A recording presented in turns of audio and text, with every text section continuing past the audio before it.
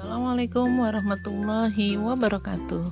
Apa kabar semuanya anak-anak? Semoga dalam keadaan sehat. Anak-anak, hari ini kita akan belajar tentang adaptasi tumbuhan terhadap lingkungan.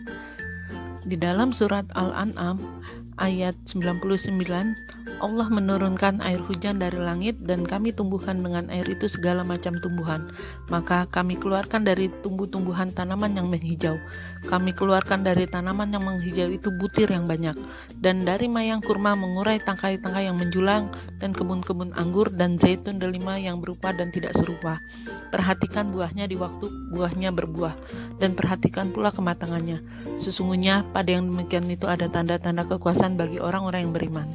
Semoga dengan kita mengenal tumbuhan lebih jauh dengan berbagai bentuknya, kita akan menambah keimanan kita.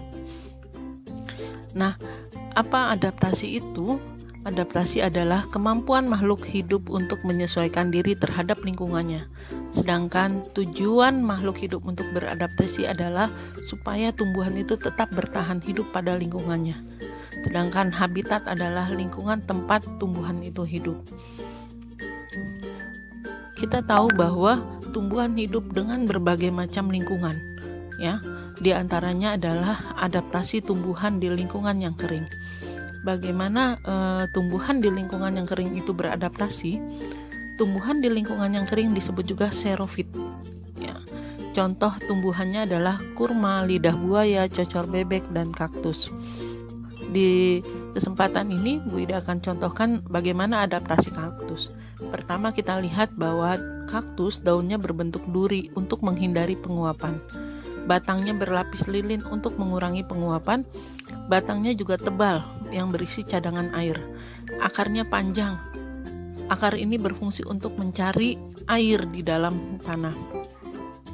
Nah, bagaimana dengan tumbuhan yang hidupnya di lingkungan air atau hidrofit? Tumbuhan di lingkungan air yang hidrofit yang kandungan airnya sangat banyak, dalam hal ini akan Bu Ida contohkan adalah eceng gondok dan teratai.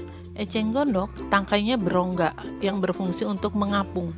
Akarnya lebat untuk menjaga keseimbangan agar tidak terbalik. Sedangkan teratai daunnya lebar justru untuk mempercepat penguapan dan membantu mengapung. Daunnya berlapis lilin untuk mencegah daun busuk. Hal inilah yang dilakukan oleh eceng gondok dan teratai dalam kondisi lingkungan air yang mengandung banyak air. Nah, bagaimana juga adaptasi tumbuhan di berbagai lingkungan? Contohnya adalah di lingkungan yang lembab yang dikenal dengan higrofit. Penguapan terjadi sangat lambat.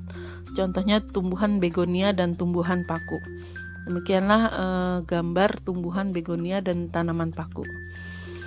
Ada juga di lingkungan yang miskin dengan nitrogen. Penyesuaiannya dengan memerangkap serangga kemudian mencerna sebagai sumber energi.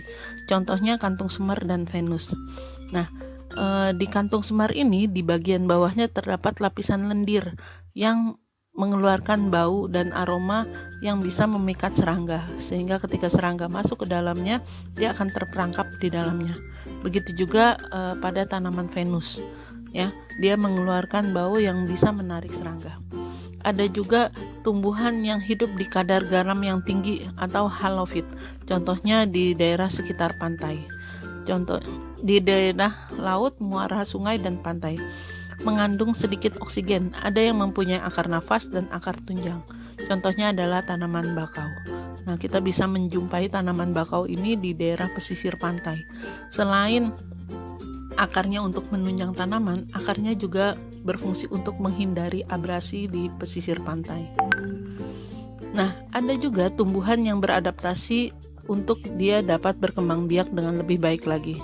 Contohnya adalah Rafflesia alnordi yang mengeluarkan bau busuk untuk menarik serangga. Ada juga bunga mawar, ya, yang memiliki mahkota bunga yang mencolok dan kelenjar nektar untuk menarik perhatian serangga yang digunakan untuk membantu penyerbukan. Ada juga yang memiliki serabut halus yang membantunya agar mudah terbawa angin. Jika benih jatuh di tempat yang sesuai, maka akan tumbuh tanaman baru. Nah, tumbuhan juga selain beradaptasi, tumbuhan juga melindungi dirinya dengan berbagai bentuk yang disesuaikan oleh tubuhnya.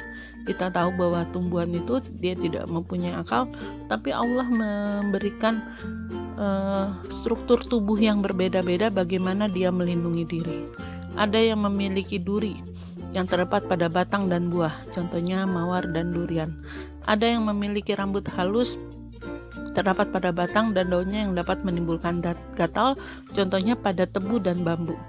Ada daun yang tajam, daunnya berduri dan tajam, contohnya pada lidah buaya dan nanas. Ada juga dengan getahnya, contohnya tumbuhan ini mengeluarkan getah yang dapat menempel pada tubuh hewan pemangsa, contohnya pada buah nangka dan tumbuhan patah tulang. Yang terakhir itu ada tumbuhan juga yang menghasilkan racun. Ya, racun yang dihasilkan akan menimbulkan mual, muntah, sesak nafas, mulut terasa kaku bagi yang mengkonsumsi buahnya. Contohnya ada pohon jarak dan pohon kecubung. Ya. Demikianlah terdapat juga dalam surat Al-Imran, sesungguhnya dalam penciptaan langit dan bumi dan pergantian siang malam terdapat tanda-tanda kebesaran Allah. Semoga dengan kita mempelajari tumbuhan lebih jauh lagi akan menambah keimanan kita. Terima kasih.